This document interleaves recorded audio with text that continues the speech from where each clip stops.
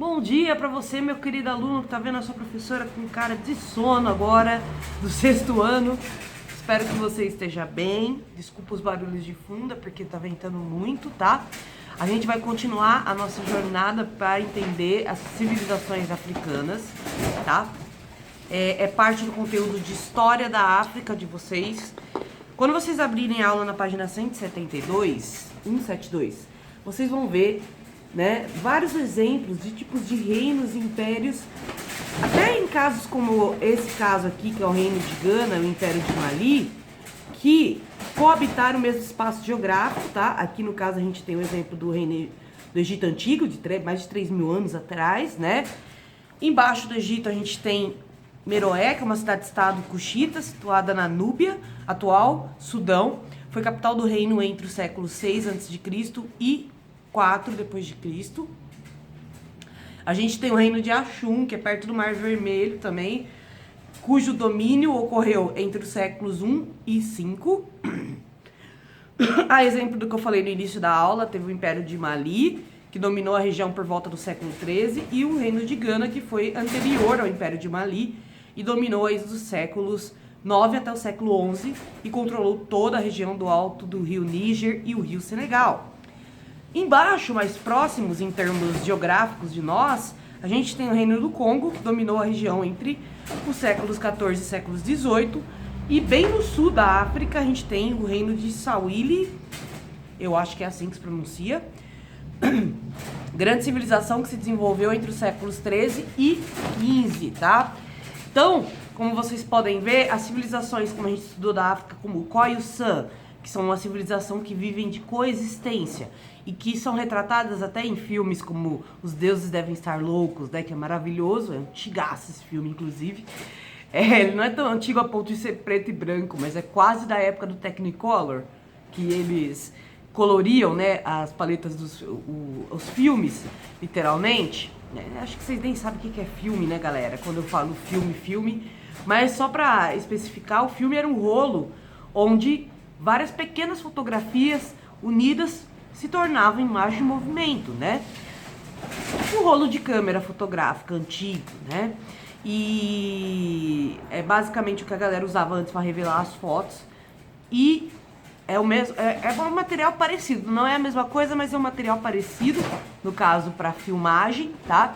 Esse filme é basicamente da época que eles tiravam esses filmes, eles abriam e iam colorindo lá um por um, tá? Mas é um filme muito interessante e que fala um pouco também sobre a vivência deles, né? Bom, vamos falar um pouquinho então dos impérios, no caso da África. Só uma curiosidade antes de eu falar dos impérios é que São Paulo, que é o estado que a gente vive, ele tá mais ou menos na mesma reta que aqui, ó, na África, que fica a Namíbia hoje, né? Que é um país. A gente, se a Terra fosse plana, como a galera diz, a gente olhar pelo litoral paulista e enxergar a Namíbia, né? Como a Terra não é plana, a gente não enxerga nada, a gente enxerga só o horizonte. Então, é só pra gente ter uma noção geográfica de semelhança, né, com posição geográfica da África e posição geográfica do Brasil, porque muitas vezes a gente tende a achar que a África tá na mesmíssima direção que o Brasil e, na verdade, a África tá posicionada, assim, estrategicamente um pouco mais acima, né? E por isso que dá toda essa diversidade enorme de climas diferentes na África, porque a gente tem o caso do deserto do Saara, que segundo os geólogos, ele troca ventos com a Amazônia. Então, literalmente, toda a riqueza mineral do deserto chega até a Amazônia, se transforma em floresta tropical através da rota dos ventos, que volta para o deserto, né? No deserto também a gente tem a figura dos oásis, que são pequenos locais onde existe um tipo de vegetação e pode até existir água, né? Nos desenhos é retratado oásis como uma alucinação das pessoas no deserto, pelo calor extremo, pela falta de água, porque se você ficar desidratado, você realmente tem alucinação, né?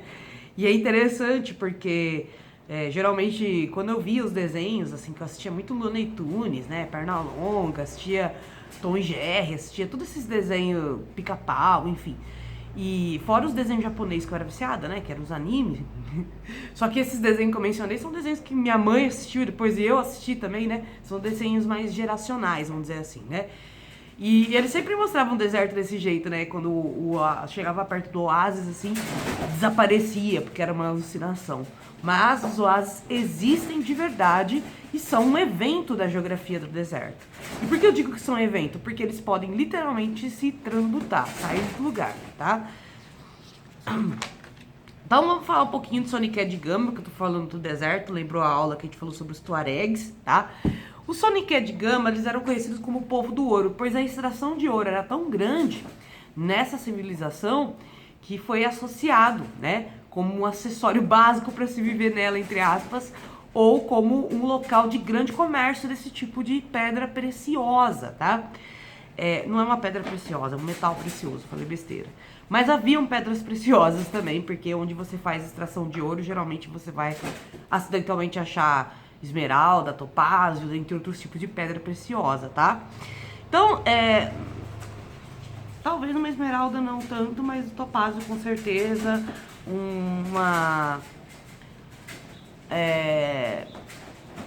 não sei, porque é pérola, né, que você encontra no fundo do mar, né? A esmeralda é possível sim, com aquela vermelhinha, enfim. O que é interessante dessa civilização, meus queridos, é o seguinte. Além deles terem a metalurgia como a marca dessa civilização, afinal de contas, eles sabiam literalmente dominar tanto a questão da extração dos metais preciosos, quanto a questão da fundição deles e transformação em artefatos, né? Eles também eram uma sociedade que aos poucos precisou se organizar. Por quê? Como era um território muito fértil, pra quem não sabe, eu moro do lado de um barracão de construção, então às vezes vai ter um barulho meio esquisito, né? Além de morar perto do cemitério. Como eu tava dizendo, o povo de Gana, eles têm, além da metalurgia, além disso, eles tinham uma localização territorial, como vocês podem ver muito bem, muito privilegiada, porque eles ficavam perto de 2 grandes rios da África, né? Isso gerava um certo comportamento de outras civilizações de contrabando de tudo que era produzido em Gana. Então, literalmente, eles produziam alimento, de repente eles iam fazer a colheita, cadê a colheita? Roubaram a colheita deles, entendeu? Ou então roubavam ouro, roubavam coisas que eram preciosas. Cansando-se dessa situação, a civilização de Gana passou a se organizar, passou a ter um exército, né? Passou a ter uma organização estratificada, com um rei, com servos, né? Com indivíduos livres, que faziam parte de várias funções sociais diferentes, tá? E eles, ao mesmo tempo, vão, além de organizar a sociedade para se proteger, eles vão criar uma espécie de império, pois eles vão começar, literalmente, expandir o seu império em outras regiões, dominar essas regiões, escravizar as pessoas que passaram a ser dominadas, muitas vezes, para poder, depois, de fato, organizar melhor a sua sociedade civil. Vale lembrar que a escravidão na África, ela não era igual à escravidão portuguesa, não é a mesma dinâmica, tá? Por quê? Por exemplo, não havia o princípio étnico, né? Você não escravizava o outro pelo tom da pele. Você, se for falar um princípio étnico no sentido de outra civilização, ok, mas no sentido de racismo, paralelo com o que os portugueses fizeram, não, tá? Vale lembrar que a escravidão era uma atividade feita na África, na Europa, na Ásia, nessa época. E era muito comum a escravidão por dívidas, escravidão porque você foi capturado por outra civilização. E na África, diferentemente do caso da Europa, né, quando eles escravizam os africanos, os europeus, eles não dão tantas chances desses escravizados se libertarem dessa condição. Muito diferente do caso da África, onde você tinha a possibilidade de se libertar da escravidão, tá bom? Então, literalmente, era uma dinâmica totalmente diferente, tá? E que foi trazida para o Brasil, inclusive, na dinâmica dos quilombos, que é essa sociedade que tem um rei, que tem uma rainha, que controla e, ao mesmo tempo, protege, né? Tudo isso vai ser trazido para o Brasil e vai ser vivenciado nos quilombos. O que a gente chama de Zumbi dos Palmares, que foi um líder né, dos quilombos, que eram sociedades secretas, onde os escravos fugiam da escravidão e passavam a produzir para si mesmos dentro dos quilombos, como forma de resistir à escravidão no Brasil, nessas sociedades vai se manter essa estrutura estratificada que foi trazida da África, tá? Então, é por isso que vocês estudam a história da África, porque, primeiro, o Brasil é um país altamente influenciado pela cultura africana e também que tem muitos descendentes dessas culturas, entende? Então, literalmente, a gente tem que entender como eram as dinâmicas da cultura da África para entender o que aconteceu historicamente no Brasil, tá? E é triste pensar que muitos reis e rainhas foram trazidos sob condição de escravidão, né? Muitos reis da África se tornaram escravos no Brasil. E isso, uma coisa que eu sempre comento nas minhas aulas é que não é por um acaso que a gente não tem um sobrenome africano. A gente tem sobrenome italiano, a gente tem sobrenome como o meu, por exemplo, Migliossi é italiano, a gente tem sobrenome português, a gente tem sobrenome que é associado aos espanhóis, a gente tem sobrenome de origem nipo-asiática, mas a gente não tem sobrenome africano. Por que será? Porque quando foram trazidos os africanos no Brasil, eles trocaram os nomes dessas pessoas para elas não conseguirem voltar para a África. Porque a pessoa que foi trazida para o Brasil até lembrava do nome original dela. Mas o filho dessa pessoa, que possivelmente seria separado, uma vez que ele não seria encarado como filho de alguém, ele seria encarado como escravo e poderia ser vendido. Essa criança não saberia nunca a origem da sua família, de qual reino ela veio, qual foi a condição que ela veio. Ela ia aprender que ela era escrava e não que ela possivelmente era descendente de algum rei, entende? Então a escravidão no Brasil, ela foi tão pesada, não só no quesito físico, de castigos físicos, de trabalho à força, mas porque ela roubou a identidade dos africanos que viviam no Brasil. E por isso que vocês estudam a história da África, tá? E aqui a gente tem uma imagem, olha que legal essa ilustração, tá? Eu adoro as ilustrações do reino de Gana. Dá pra ver alguns elementos em comum aqui. Olha o doguinho aqui. Olha a tapeçaria de pele, né? Na época não era tão antiético quanto hoje, né? Hoje em dia não faz o menor sentido, porque a gente pode imitar esse tipo de pele perfeitamente, sem precisar matar um bicho. Só que vale lembrar que essas sociedades se relacionavam com a natureza com muito respeito, apesar de terem esses elementos, tá? De pele de bicho através, tanto como vestimenta, né? Como ornamento, né? Como decoração aí no caso. E também vale lembrar que, por ser um reino que tinha muito minério e que tinha muitos rios e que tinha muita possibilidade de agricultura, era altamente atacado. E aí que endossou mais ainda a necessidade de se ter uma proteção, tá? De um rei. Então, é isso. Virando a página aqui, a gente vai ver a história do povo que, segundo os historiadores, foi um dos que mais vieram para o Brasil, tá? Que é o Congo, o reino do Congo, ou, né, o reino do Manicongo. O Manicongo seria o líder do reino do Congo. O reino do Congo é de uma tradição iorubá. Ele transmite uma tradição que foi trazida do Egito Antigo e que foi transformada no sul do Saara. Então, lá no finalzinho do Saara, quando começa aquela África mais com uma paisagem mais reflorestada, um pouco mais viva, a gente encontra o reino Banto do Manicongo, né, que seria o reino do Congo. Era um reino gigantesco, como vocês podem ver. E quando eu digo gigantesco, é que ele era realmente muito grande. E é interessante porque o reino do Congo, diferente do caso do reino de Gana, foram várias sociedades diferentes que foram se submetendo ao rei do Congo. Tanto é que quando os portugueses começam a ter contato com os africanos, o primeiro reino que eles vão ter contato é o reino do Congo. Eu digo assim, contato mais vitalício, de literalmente manter uma relação. E eles não fizeram isso à toa, porque eles sabiam que era um reino muito vasto e eles sabiam que haviam várias sociedades dominadas por esse rei, que é o Manicongo. Então, diferente da sociedade de Gana, o Manicongo era rei não só da sua própria sociedade, da sua própria organização social, mas de várias outras. Ao todo, dizem que eram mais de 300 culturas diferentes que integravam o reino do Congo. Então, eram mais de 300 línguas diferentes, ou a gente pode encarar até como etnia, não no sentido só de cor de pele, mas no sentido principalmente, aí no caso, de cultura diferente, né? Por ser um reino muito diversificado, era muito difícil essas sociedades se organizarem. Por isso foi necessário a presença aí do rei do Congo, que é o Manicongo, como líder dessas sociedades para organizar esse espaço geográfico e também organizar os entrepostos. O que seriam os entrepostos? No caso, o comércio com as outras civilizações, tá? Então, fazendo uma leitura rapidamente aqui. Outro termo para o rei do Congo era Nitotila, tá? Os bantus, então, são um grande grupo de conjunto de povos agrupados por afinidades étnicas e linguísticas. Qual que era a afinidade étnica e linguística? A cultura iorubá.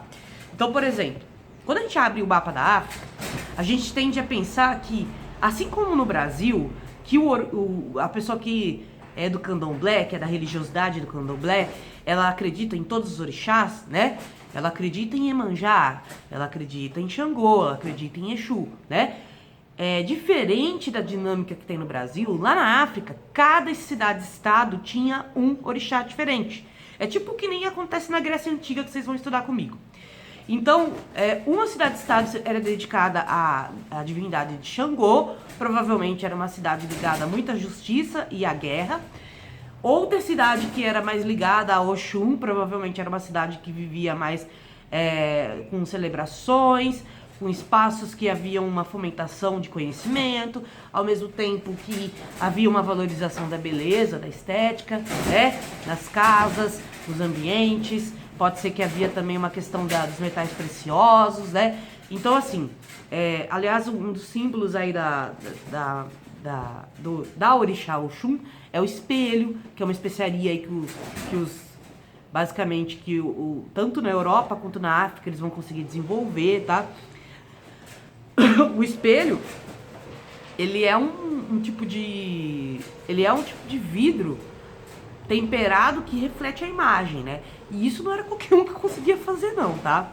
Além do mais, além dessas questões das cidades-estados, como eu falei, de cada uma venerar o orixá, e isso unificar essas cidades através da própria identidade iorubá, eles tinham rituais muito parecidos também, tá? Uma pena que a gente não tá tendo aula presencial, porque eu poderia desenhar algumas coisas dessas pra vocês, né? Então, eles são localizados em territórios da África Central, Centro-Ocidental, Austral e parte da África Oriental. Seus antepassados falavam a língua ancestral que se convencionou por protobando. Empreenderam durante séculos das mais impressionantes migrações humanas que se tem notícia. Desde aproximadamente o século V a.C. até o século V... Não, eu errei, desculpa. Desde o século X a.C. até o século X depois de Cristo, espalharam-se por diversos lugares do continente africano, influenciando povos que conquistavam e também deixando-se influenciar.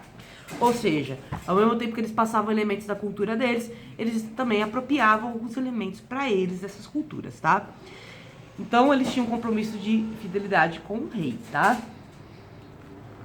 O rei, ele tinha uma formação de um conselho, é como se fosse um parlamento. Então, literalmente, o rei não governava sozinho, ele tinha 12 conselheiros que ajudavam ele a liderar toda essa imensidão que é o império aí do Manicongo, tá? Então, uma das coisas interessantes também é que a organização do reino do Manicongo também é uma organização social estratificada, ou seja, ela é hierárquica, né? Tem um rei acima da sociedade e cada pessoa é dividida socialmente pelo seu ofício, pela sua função. Então, no topo da pirâmide a gente tem o Manicongo e a sua corte, formada por seus parentes. Obviamente, abaixo do rei estava a guarda permanente, que é uma espécie de exército. Embaixo haviam os nobres. Abaixo dos nobres, os comerciantes e os artesãos, que seriam os artistas.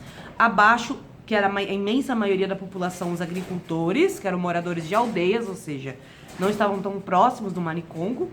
E por último, a base da pirâmide, que era a imensa maioria da população, os escravizados, tá? O que, infelizmente, como eu falei, muitas vezes vai ser o que vai manter alguns reinos, mas vai ser a ruína de muitos reinos, né? Uma coisa interessante que vale comentar aqui também, galera, é que... Nossa, eu ia comentar um negócio agora, eu esqueci, gente. Os guardas, geralmente quem Quem que era o cara do exército africano, muitas vezes? O ponta de lança. E o que seria o ponta de lança? O líder do exército. O ponta de lança africano, ele é basicamente uma versão de um arqueiro, só que melhorada. Porque por mais que a flecha cause perfuração, ela é mais silenciosa e ela exige menos força, muitas vezes, a lança é mais fatal. Né? A lança é mais fatal. Tanto é que muitos locais da África não conseguiram ser invadidos pelos europeus. Porque os pontos de lança eram muito bons. E mesmo com os europeus com arma na mão, eles não conseguiram. Então, a flecha, ela tende a estourar os órgãos internos da pessoa. Se ela vem de um local muito longe, né? Ela não só perfura, como o impacto dela estoura tudo que tem por dentro. Imagina uma lança, né, galera? Imagina uma lança, mano. Mas enfim, continuando, vamos falar um pouquinho da influência do Brasil, tá? Eu vou fazer uma leitura do Falando Banto, da Eneida Gaspar. O nome é Quitutes. A quitanda tem moganga, coco, quiabo e dendê. Tem fubá, farofa e guando. Guando seria uma comida feita com camarão seco, tá, galera? Maxixe, inhame, jiló, manjericão e mocotó. A quituteira foi lá, fez tareco, quibabá, tutu, carau e pirão. Sarapatel, pururu, cangu, quibebe, quindim, fez moqueca e munguzá. Tem cachaça na moringa, tem cocada na cabaça. E a cambada empazinada, ou seja, cheia, né, no caso, super abarrotada de comida, zonza, bombeia e babau. Todas essas palavras que ela usou no poema são palavras de origem africana em sua imensa maioria, né?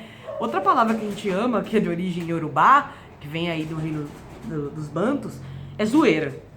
A gente ama essa palavra. Aliás, muitas palavras com Z do nosso vocabulário vêm da África, tá, galera?